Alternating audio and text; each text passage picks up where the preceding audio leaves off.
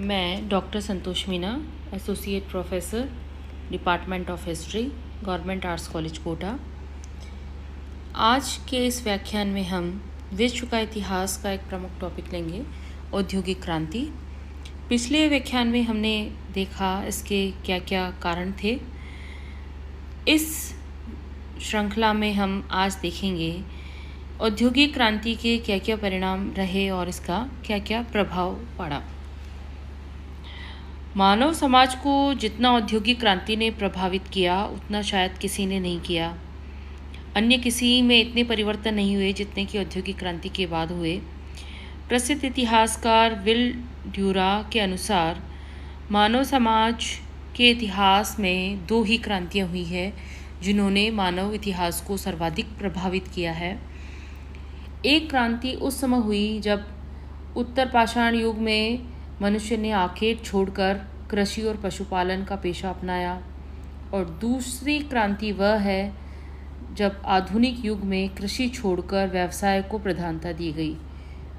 अर्थात औद्योगिक क्रांति एक मौन किंतु महान क्रांति के रूप में आई।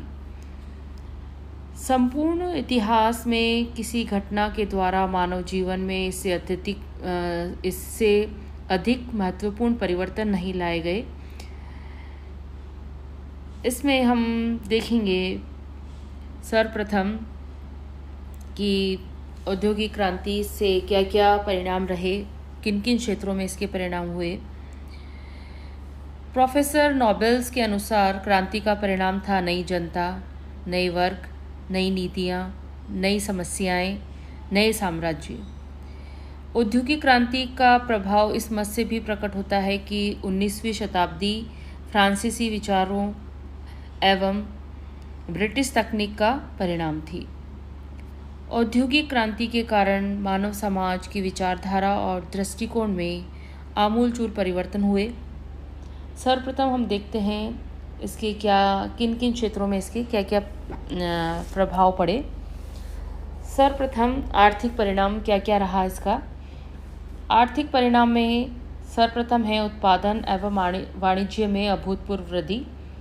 औद्योगिक मिलों एवं कारखानों में वस्तुओं का उत्पादन बड़ी शीघ्रता से और कुशलतापूर्वक बड़ी मात्रा में होने लगा। व्यापार और वाणिज्य को प्रोत्साहन मिला। इंग्लैंड में वस्त्र उद्योग, लौह और इस्पात उद्योग में विस्मयकारी गति से परिवर्तन हुआ और उनमें वृद्धि हुई। आपने देखा कल कारखानों के कारण जो है उसमें काफ़ी बढ़ोतरी हो गई है। दूसरा कारण है इसका, दूसरा परिणाम है कुटीर उद्योग धंधों का विनाश। मशीनों के उपयोग से घरेलू कुटीर उद्योग नष्ट हो गए। इंग्लैंड से आने वाले सस्ते कपड़ों ने भारतीय कुटीर उद्योगों को भी बहुत नुकसान पहुंचाया और उद्योग धंधे, यहाँ के कुटीर उद्योग धंधे लगभग पूर्णतः नष्ट हो गए। तीसरा परिणाम निकला इसका नगरों का विकास। नगरों एवं नगरीकरण का अभूतपूर्व विकास हुआ। गांव से लोग जो है अब वो शहरों की तरफ आने लगे, तो ये इसका एक महत्वपूर्ण परिणाम रहा। और बड़े बड़े नगर विकसित हुए इंग्लैंड में, मैनचेस्टर, लीड्स, शेफील्ड आदि विकसित हुए। फिर है इसमें औद्योगिक पूंजीवाद का विकास। औद्योगिक पूंजीवाद से तात्पर्य यह था कि उद्योगों में पूंजी निवेश से अधिकाधिक लाभ अर्जित किया जाए और पुनः उस पूंजी से नवीन लाभप्रद उद्योगों की स्थापना की जाए। तो इस प्रकार जो है वो आर्थिक परिवर्तन हुआ। और इंग्लैंड में जहाँ 1700 ईस्वी में 77% लोग गांव में बसते थे, वहाँ 1900 ईस्वी में केवल 20% लोग ही गांव में रह गए, यानी 80% लोग जो है वो शहरों में रहने लगे। तो जनसंख्या का शहरीकरण हुआ, और चूँकि जनसंख्या का शहरीकरण हो गया है, माल उत्पादित होने लगा है, तो उसको खपाने के लिए उन्हें बाज़ार की आवश्यकता थी। तो इस बाज़ार की तलाश करने के लिए उन्होंने जो है उपनिवेश की प्राप्ति के लिए उन्होंने प्रेरित हुए और उपनिवेशों पे अपना ज़्यादा से ज़्यादा उन्होंने अपना अधिकार जमाया और उनको जो है वो माल सप्लाई करने लगे। अब है इसमें सामाजिक परिणाम। सामाजिक परिणाम क्या रहे? सामाजिक परिणाम में सर्वप्रथम है श्रमिक वर्ग का उदय। आपने देखा कि लोग जो है गांव से खेती छोड़कर अब जो है वो कारखानों में काम करने आ रहे हैं। तो जब कारखानों में काम करने आ गए तो श्रमिक वर्ग का उदय हुआ, नए सामाजिक वर्ग उदय हुए जिसमें श्रमिक वर्ग प्रमुख है। इसमें पूंजीपति वर्ग भी हुआ, एक मध्यम वर्ग का भी उदय हुआ। तो समाज में नए वर्गों के अभ्युदय ने नए व्यवहार और संबंध को जन्म दिया। तो ये इसमें हुआ। अब श्रमिक वर्ग पैदा हुआ तो श्रमिकों की समस्याएं भी उत्पन्न हुई, उनका आर्थिक शोषण भी स्टार्ट हो गया और उनका अस्वस्थ परिवेश में वो रहने लगे। तो इस प्रकार से कुछ इसके नकारात्मक प्रभाव भी हुए जो बाद में इनमें सुधार अपन प्रभाव में पड़ेंगे कि उनमें क्या क्या सुधार हुए। अब मनुष्य के जो है जीवन की आर्थिक जीवन ही उसका आधार बन गई। अब मतलब पैसा ही उसके लिए अब सब कुछ हो गया था और अब वो कृषक भूमि से जुड़ा हुआ नहीं था, अब वो कल कारखानों में कार्य करने लगा। इसके बाद इंग्लैंड की जो व्यापार वाणिज्य की श्रेष्ठता स्थापित हो गई और अब इंग्लैंड ने भारत, चीन और जापान जैसे देशों में व्यापारिक संबंध स्थापित करने का प्रयास किया और इन्होंने विस्तृत बाजार की यहाँ पर स्थापना कर ली। इसके बाद हम देखेंगे इसके राजनीतिक परिणाम में औद्योगिक क्रांति के फलस्वरूप जो है नवीन सामाजिक आर्थिक समस्याएं उत्पन्न हुई और इसके समाधान हेतु यूरोपीय राज्यों में शासकीय कार्यों में वृद्धि हुई। उदाहरणार्थ हम देखते हैं कि 19वीं सदी के प्रारंभ में जब इंग्लैंड की सरकार का ध्यान मजदूरों की दशा और विशेष रूप से बाल श्रमिकों पर होने वाले अत्याचार की ओर आकर्षित हुआ तो प्रशासन ने श्रमिकों की दशा सुधारने और बाल श्रमिकों के काम के घंटे को कम करने के लिए कानून बनाए। 19वीं सदी में केवल इंग्लैंड में ही 40 से अधिक फैक्ट्री अधिनियम बने जिनके अधीन काम की घंटे, न्यूनतम मजदूरी और अन्य बातों की व्यवस्था की गई कि उन्हें क्या क्या सुविधाएं कार्य करते वक्त प्रदान की जाए। इसके अलावा इंग्लैंड में औद्योगिक क्रांति जिनका विकास कल कारखानों या कारखाना प्रणाली के साथ हुआ था उसका संसद में प्रतिनिधित्व नहीं था। तो अब यह बात भी जोर पकड़ने लगी कि हमारा भी प्रतिनिधित्व संसद में होना चाहिए। तो इसलिए 19वीं सदी में इंग्लैंड में अनेक संसदीय सुधार भी किए गए। 1867 में सरकार ने नगरीय मजदूरों को मताधिकार देना पड़ा, उनको मताधिकार का अधिकार मिला और 1884 में ग्रामीण मजदूरों को भी ये अधिकार मिला। तो इस प्रकार औद्योगिक क्रांति से पनपे वर्ग के प्रभाव के फलस्वरूप राजनीतिक सत्ता भूमिपतियों के हाथ से मुक्त हुई और इंग्लैंड में जनतंत्र का विकास हुआ।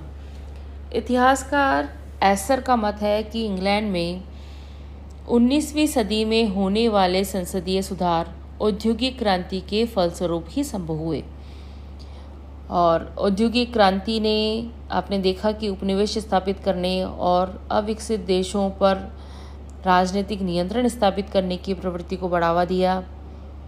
और इसमें 19वीं सदी में इंग्लैंड ने फ्रांस, हॉलैंड, बेल्जियम आदि देशों ने अपने अपने औपनिवेशिक साम्राज्य का विस्तार किया और इससे क्या हुआ कि यूरोपीय राज्यों में औपनिवेशिक और व्यापारिक प्रतिद्वंदिता शुरू हो गई और इसमें जर्मनी और इटली काफ़ी पीछे रह गए थे क्योंकि वे एक राष्ट्र शक्ति के रूप में 1870 के बाद ही उनका अंतर्राष्ट्रीय मंच पर उनका उदय हुआ था या वो प्रकट हुए थे।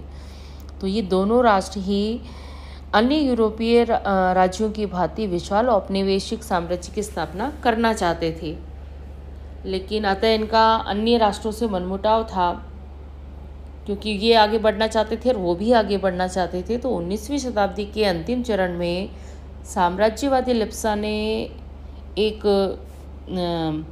विरोध उत्पन्न कर दिया या इनमें एक बहुत गुस्सा या उन्माद इनके अंदर आ गया था और ऐसी स्थिति में अंतर्राष्ट्रीय तनाव जो है वो बढ़ने लगा था और इसी तनाव के कारण प्रथम महायुद्ध को जन्म देने वाली परिस्थितियों को बढ़ावा मिला और उसके कारण बाद में हम देखेंगे कि प्रथम विश्व युद्ध हुआ।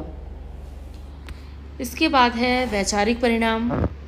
वैचारिक परिणाम में विचारधाराओं या आर्थिक इसमें विचारधाराओं में भी काफ़ी तरह का परिणाम आया है।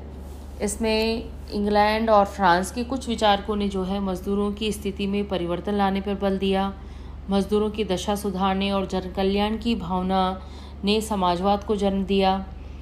समाजवाद का मोटे तौर पर अर्थ है समाज में समानता स्थापित करना।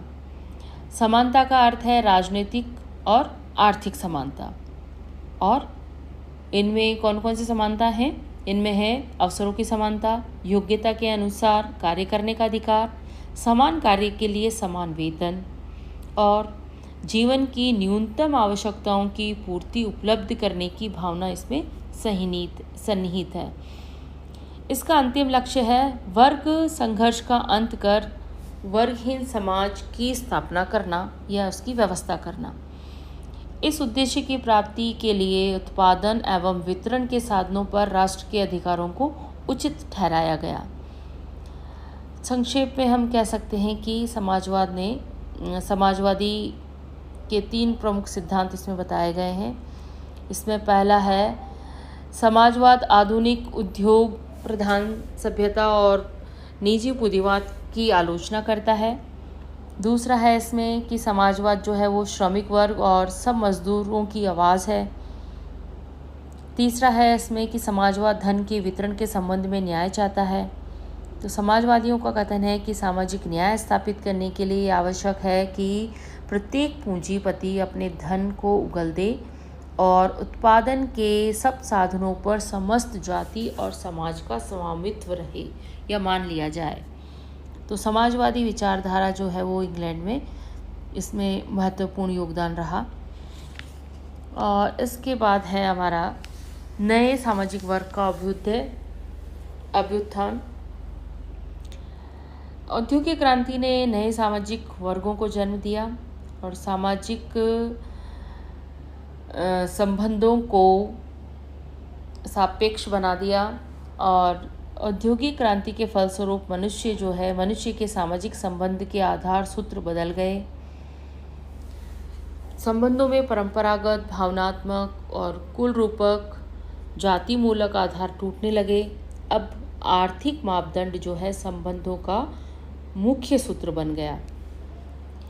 इस औद्योगिक क्रांति का यह एक अंधकारपूर्ण पक्ष है।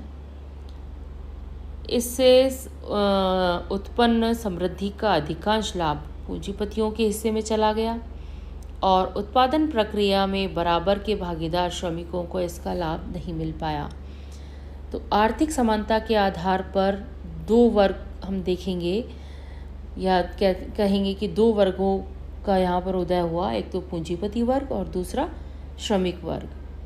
तो एनरोल टाइनबी के अनुसार औद्योगिक क्रांति के प्रभाव यह सिद्ध करते हैं कि खुली प्रतियोगिता जन कल्याण में वृद्धि के बिना ही समृद्धि को उन्नत कर सकती है। इसमें औद्योगिक क्रांति के प्रारंभ से ही अशांति और असुरक्षा मनुष्य के जीवन की आधारभूत विशेषताएं बन गई। अब वो अर्थ की तरफ भागने लगा। पुरातन व्यवस्था में कुछ नहीं तो कम से कम सापेक्षिक स्थिरता का गुण था जो अब चला गया है। अब मनुष्य जो है वो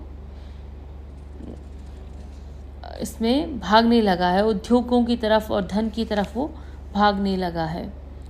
तो उद्योगों के कारण जो है वो कई तरह की समस्याओं का भी उसने सामना किया है अब और अभी तक कर रहा है। इतिहासकार CDM कैटलबी ने लिखा है कि औद्योगिक क्रांति से न तो विशेषाधिकार वर्ग उत्पन्न हुआ, न इससे गरीबी आई, न इससे वर्ग विभेद को ही प्रशय मिला, किंतु औद्योगिक क्रांति ने निश्चित रूप से ऐसे साधन उत्पन्न कर दिए थे जिनसे कुछ विशेषाधिकार और शक्तियाँ एक वर्ग के हाथों में केंद्रित हो गई। दूसरी ओर ऐसे मनुष्य का वर्ग था जो पैसों पर अपना श्रम बेचता था, जो अपनी जीविका और अपनी दैनिक आवश्यकताओं की पूर्ति हेतु तथा पूंजी, लालसाओं, साहस और औद्योगिक प्रशिक्षण के अभाव के कारण दूसरों की आर्थिक अधीनता में रहने के लिए मजबूर था। यानी वो ये वाला वर्ग जो है वो मजदूर वर्ग है या श्रमिक वर्ग है। और श्रमिकों की बिगड़ती हुई हालत के कारण ही ट्रेड यूनियन या मजदूर संघ बनाने के लिए बाध्य हुए लोग, और वो बना। और औद्योगिक क्रांति के फलस्वरूप जिन नए वर्गों का जन्म हुआ वे अपने अधिकारों की मांग करने लगे। श्रमिकों के साथ साथ अब स्त्रियों की भी नई मांगें आने लगी, और ये दोनों ही वर्ग जीवन के प्रति इनका दृष्टिकोण बदलने लगा, और इनके जीवन में जो है अब क्रांतिकारी परिवर्तन हुए। तो इस प्रकार हम देखते हैं कि औद्योगिक क्रांति ने समाज के रूप में आमूलचूल परिवर्तन किया। धन्यवाद।